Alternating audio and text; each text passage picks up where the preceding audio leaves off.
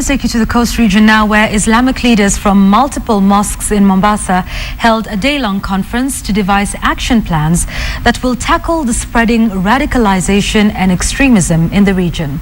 The Kenya Muslim National Advisory Council says it invited leaders from 100 mosques, but some were said to have stayed away for fear or reprisal from the extremists. And as Ferdinand Omondi reports, the stage is set for a jihad against jihad.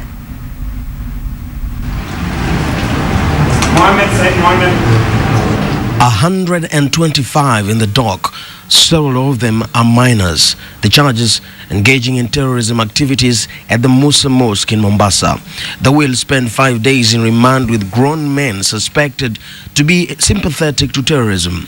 The role of minors in terror remains a hot topic, and the manner in which police handled Sunday's operation when they stormed the mosque is still attracting heated reactions. There's nowhere in the world ambapo ideological war has been won through force. Hakuna.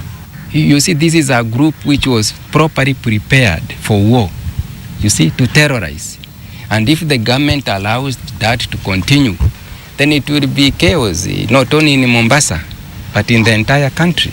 If the government of Kenya is sincere about tackling the problem of violence, extremism, radicalization and the rest, then the government should not be seen as if it is retaliating, but the government should be seen as applying the law. But on this day, a different voice joined the fray. The Council of Imams and Preachers of Kenya, while equally disappointed with police for storming Masjid Musa, are wondering what children were doing there in the first place. Inapasa watoto kama wale wawe madrasa, haswa siku ya Jumapili kama ile ambayo walioshikwa, ilikuwa wawe msikitini madrasa wakisoma dini ya haki na ya ukweli, dini ya Uislamu. Parents claim their children were attracted to the Sunday seminar when organizers promised attendants a feast of biryani, a popular rice delicacy here. But critics of the seminar believe the feast was a smokescreen to lure many minors before the real agenda took place, which police maintain was the radicalization of young minds. This notion brings in the role of parents in guiding their children. CIPK feels some parents may have placed too much faith in preachers, some of whom are now pawning the children to dangerous practices. Kuna watu wanawatumia hawa watoto kwa maslahi yao na agenda zao za siri wao wenyewe wanazozijua.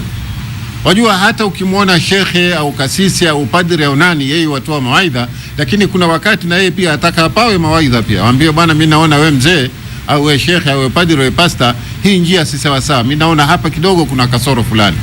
Masjid Musa and Masjid Sakina have gained notoriety in recent times in the war on terror.